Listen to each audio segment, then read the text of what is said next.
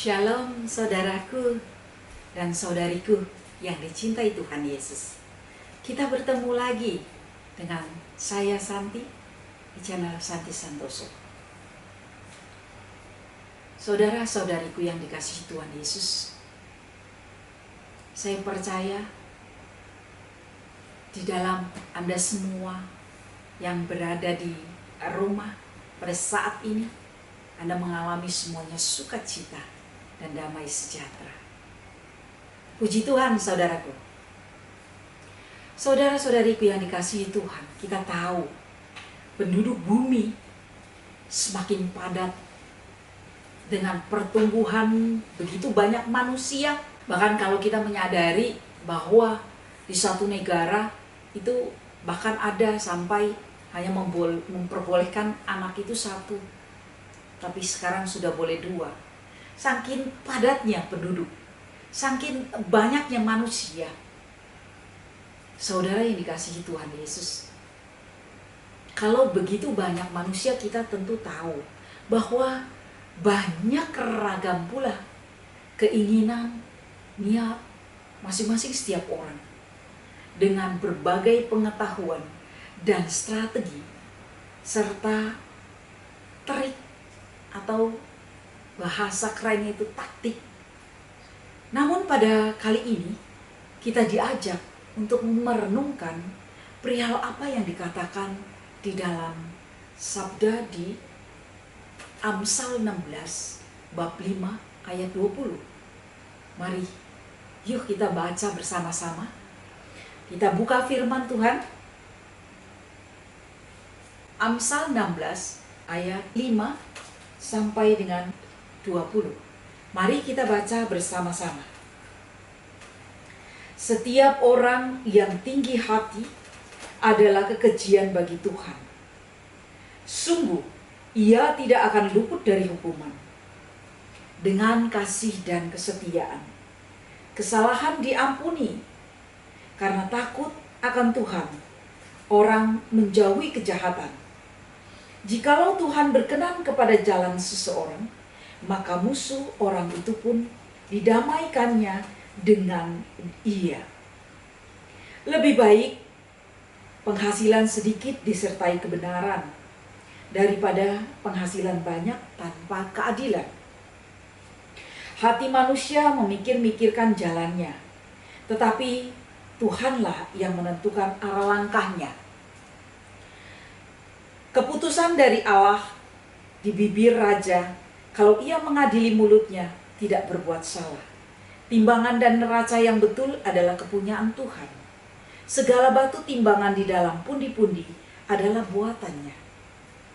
Melakukan kefasikan adalah kekejian bagi raja, karena tahta menjadi kokoh oleh kebenaran.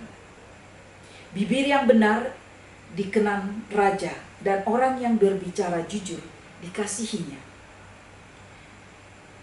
Kegeraman raja adalah bentara maut, tetapi orang bijak memadamkannya. Wajah raja yang bercahaya memberi hidup, dan kebajikannya seperti awan hujan musim semi. Memperoleh hikmat sungguh jauh melebihi memperoleh emas, dan mendapatkan pengertian jauh lebih berharga daripada mendapatkan perak. Menjauhi kejahatan itulah jalan orang jujur. Siapa menjaga jalannya, memelihara nyawanya. Kecongkakannya mendahului kehancuran, dan tinggi hati mendahului kejatuhan. Lebih baik merendahkan diri dengan orang yang rendah hati, daripada membagi rampasan dengan orang congkak. Siapa yang memperhatikan firman Tuhan akan mendapat kebaikan, dan berbahagialah orang yang percaya kepada Tuhan. Demikianlah sabda Tuhan. Saudara-saudariku yang dikasihi Tuhan Yesus, kita tahu bahwa Allah paling tidak suka dengan orang-orang yang tinggi hati. Sampai dikatakan bahasanya yaitu sampai satu bahasa yang kekejian. Seperti apa ya? Kalau kekejian itu, kalau kita berbicara kekejian, kayak sesuatu bahasa yang kayak jijik begitu. Sangat tidak suka. Ya, Tuhan tidak suka dengan kesombongan-kesombongan manusia yang ada. Setiap pribadi yang sombong Tuhan tidak suka.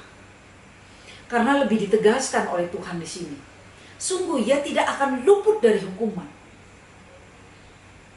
jika kita mengulangi kata tersebut. Sungguh menakutkan saudara-saudariku yang dikasihi Tuhan Yesus. Tidak akan luput.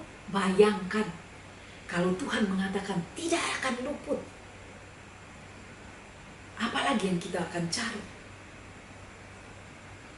Mengapa dikatakan demikian? Karena kalau kita melihat seperti ini dan kita rasakan, auranya saja sudah negatif. Itu merupakan satu awal atau titik kehancuran. Ya, kehancuran saudara-saudariku seperti ibarat kalau satu gelas jatuh, pecah berkeping-keping, tidak bisa disatukan. Walaupun Anda bisa membentuk dengan satu pola seni, tetap tidak bisa utuh. Karena apa, saudaraku? Karena aura negatif daripada orang yang angkuh, orang yang tinggi hati, itu membuat seseorang tidak pernah mau sadarkan diri. Kalau sudah demikian, saudaraku, orang tersebut ditutup dengan aura negatifnya, maka setiap kelakuan, setiap perbuatannya, sekalipun itu salah, bahwa secara pribadi dia mengakui bahwa itu adalah perbuatan yang benar, apapun yang dikerjakannya. Hal ini dimulai sesuatu kenikmatan di dalam kejahatan. Kejahatan saudara-saudaraku yang dikasihi Tuhan Yesus, bukan kejahatan itu seperti orang merampas, seperti orang menggarong, seperti orang maling, seperti orang apa. Tidak, tetapi kejahatan itu dimulai juga dengan ketidakjujuran. Itu merupakan suatu kejahatan. Kejahatan itu macam-macam, saudaraku. Kejahatan di dalam seseorang mulai awalnya kejahatan. Orang yang suka berbohong atau tidak jujur itu adalah dimulai dari kepada kesombongan. Dengan kesombongan dia mempunyai suatu kegengsian. Dia ada ya bahasa suatu yang kasar, makan tuh gengsi. Dapat apa ya? Karena dia satu gengsi apapun dia halalkan, saudaraku. Maka dari hal yang kecil sampai perbuatan hal yang besar itu dihalalkan. Ada yang orang mengatakan bahwa berbagai macam cara dia menghalalkan untuk mendapatkan sesuatu di dalam perbuatan-perbuatan yang tidak baik. Saudara-saudariku yang dikasihi Tuhan Yesus, sampai di dalam firman di Amsal ini dikatakan, lebih baik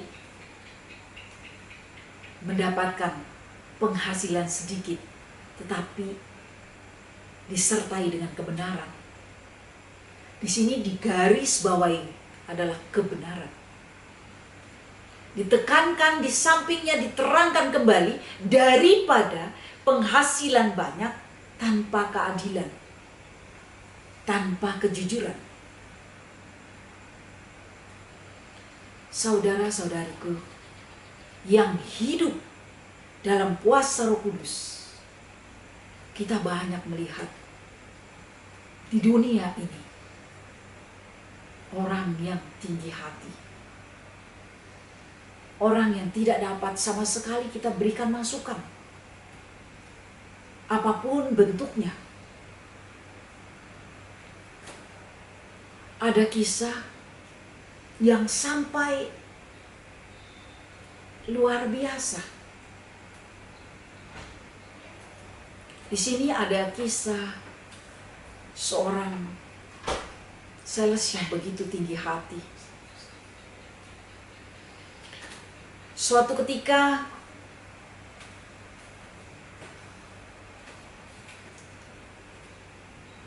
kisah seorang sales yang tinggi hati. Suatu ketika diberi masukan perihal mengenai yang namanya sales, kan tentunya dari suatu perusahaan diberikan suatu limit piutang ya. Nah, kalau perdagangan itu adalah ada hutang dan cash.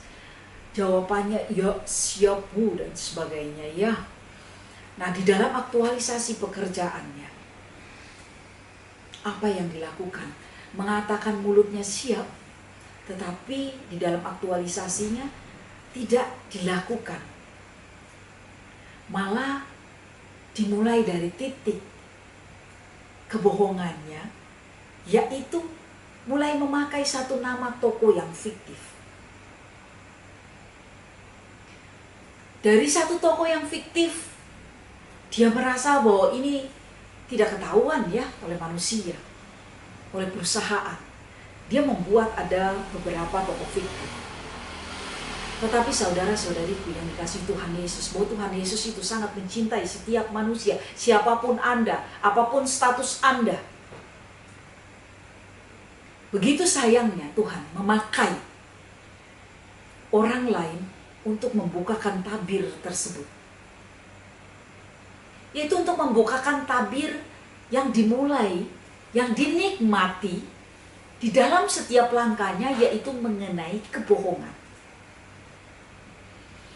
Nah, tabir itu dibuka oleh Tuhan.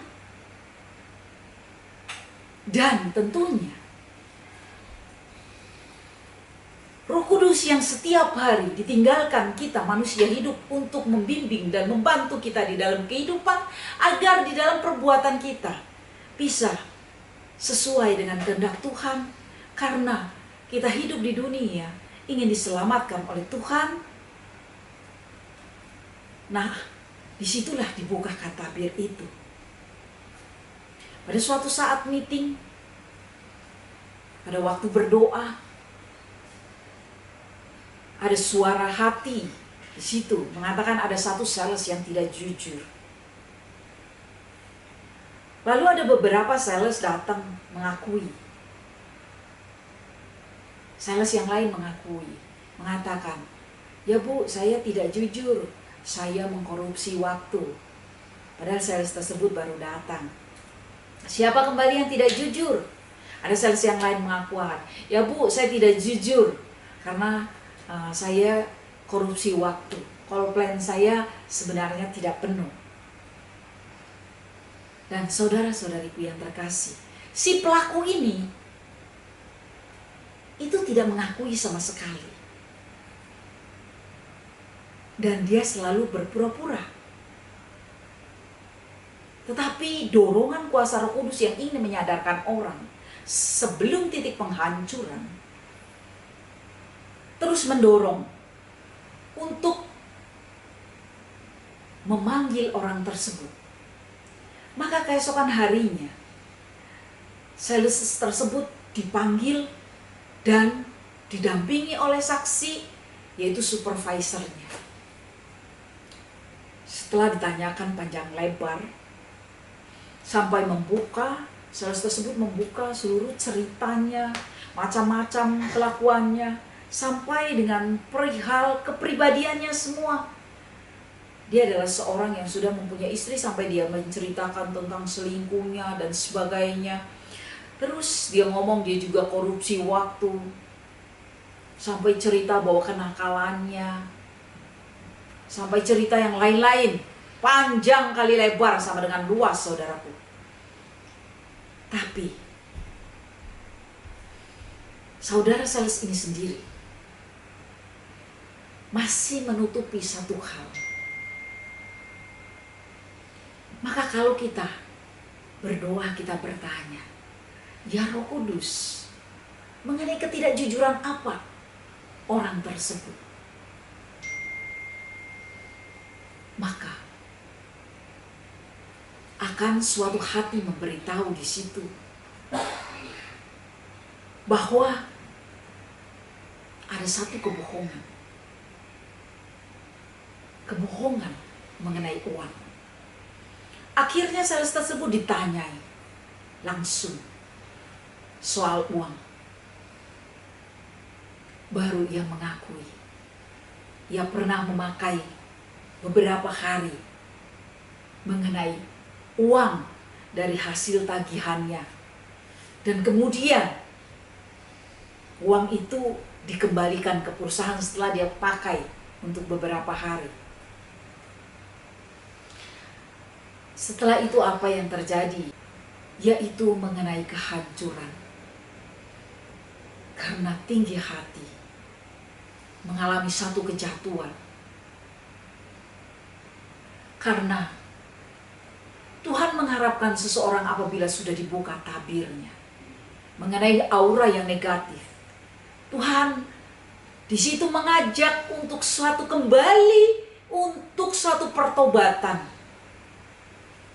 Pertobatan agar meminta pengampunan kepada Tuhan dan melakukan suatu perubahan yang mengarah kepada pola pikirnya, untuk memerintahkan pikirannya untuk meneruskan agar di dalam perbuatannya mengarah kepada tidak lagi berbohong. Setiap mau berbohong tidak bisa, karena diarahkan oleh pikirannya sendiri untuk melakukan suatu perubahan di dalam menuju pertobatan itu sendiri. Dengan demikian akan menjauhi kejahatan. Maka di dalam firman ini juga dikatakan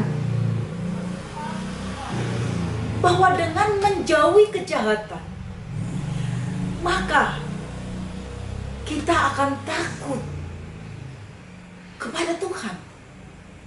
Maka dengan demikian, kasih dan kesetiaan, kesalahan kita pun diampuni. Berkali-kali saudara-saudariku yang dikasihi Tuhan, Tuhan sangat berkenan kepada jalan seseorang yang jujur. Bahkan dia akan menjawab setiap musuh orang itu pun akan didamaikannya dengan dia. Dikatakan di dalam firman bahwa hati manusia boleh berpikir, memikirkan segala jalannya, tetapi Tuhan yang akan menentukan arah langkah-langkahnya, step-step dia untuk mencapai suatu pola, suatu niat, suatu rencana. Oleh karena itu, kebenaranlah yang menandai tahta yang kokoh, dan setiap orang yang bicaranya jujur apa adanya sangat dicintai dan dikasihi Tuhan. Saudaraku, manusia berdosa, manusia apapun dikasihi Tuhan. Karena tidak pernah Tuhan menyangkal untuk kasihnya. Dia selalu mengasihi. Tetapi di sini ada satu perbedaan. Apabila kita bisa bicara dengan jujur, dengan apa adanya dalam pola pikir dan dalam tingkah laku dan perbuatan kita, maka begitu intimnya Tuhan mencintai dan mengasihi kita. Dan saudaraku sekalian, orang yang seperti ini pun di dalam wajahnya akan terpancar, memancarkan suatu cahaya kebaikan, memberikan suatu energi yang positif, dan memperoleh hikmat jauh melebihi emas. Kita tahu emas mahal, tetapi berarti di sini kalau kita bicara melebihi emas, tidak terkira. Dan mendapatkan pengertian jauh melebihi berharganya daripada mendapatkan perak. Jadi kita mendapatkan satu pengertian yang sangat luar biasa berharganya. Kalau kita sudah mendapatkan suatu hikmat dan pengertian yang luar biasa, disitulah saudara-saudariku yang dicintai Tuhan, Tuhan menjawab seluruh. Kita yang dicintainya. Menjauhi kejahatan, itulah jalan orang jujur. Diterangkan di sini sekali lagi, siapa yang menjaga jalannya, maka ia akan memelihara nyawanya. Bayangkan saudaraku, kita tahu siapa yang memelihara nyawa kita semua. Apakah Anda bisa memelihara nyawa Anda? Saya? Tidak, saudara-saudariku yang dicintai Tuhan. Tetapi yang memelihara nyawa kita adalah Tuhan. Sebagai Sang Pencipta untuk kehidupan kita, yang memberikan kita nafas setiap pagi kita bangun tidur, yang menghembuskan seluruh kehidupan kita di setiap harinya. Dikatakan di sini di dalam firman tadi kita baca di dalam Amsal, siapa yang memperhatikan firman Tuhan akan mendapatkan kebaikan, akan mendapatkan kebenaran, dan dikatakan di sana sebagai benang merahnya, berbahagialah orang yang percaya kepada Tuhan. Karena orang yang percaya, saudara-saudariku, pasti dia akan melakukan kebaikan. Bila orang itu percaya, pasti dia akan melakukan suatu kebenaran. Dan bila dia percaya, dia tidak pernah akan ragu kepada Tuhan. Maka segala sesuatu dia meyakini Allah segala-galanya. Allah yang dimuliakan, Allah yang dapat bertindak, Allah yang menentukan semua jalan pikiran dan jalan rencana dan kehendak. Maka dia tahu di situ Allah yang menyempurnakan, Allah yang menggenapi. Maka di situ dikatakan, berbahagialah orang yang percaya kepada Tuhan. Mari, saudara-saudariku yang dikasihi Tuhan, sekarang kita bersama-sama lebih banyak lagi waktu. Ya, tidak hanya zaman sekarang, tetapi yang akan datang pun. Kita lebih banyak waktu yang untuk terus kita baca firman Tuhan. Walaupun firman Tuhan hanya setebal ini, saudara-saudariku, tetapi tidak akan pernah selesai untuk mendalami. Karena selalu ada hikmat dan pengertian yang lain. Apalagi sekarang kita banyak di rumah. Kita punya lebih banyak waktu untuk terus membaca, merenungkan, dan lebih dalam lagi untuk memaknai apa yang dikehendaki Tuhan, yang hidup serta dilakukan Tuhan sendiri, yang dimana Tuhan sudah merendahkan dirinya, dimana Tuhan menebus dosa kita, dengan Tuhan mau disalib, dimahkotai duri. Saudara, sebagaimana telah dilakukan Kristus di dalam kehidupan kita, agar ketinggian hati kita, kecongkakan kita, kesombongan kita ditebus semuanya. Saudaraku, agar kita menjadi anak-anak Tuhan, anak-anak Tuhan yang jujur, kita menjadi sahabat sejati, yaitu sahabat sejati yang jujur apa adanya. Maka kita akan memperoleh sukacita damai sejahtera di dalam.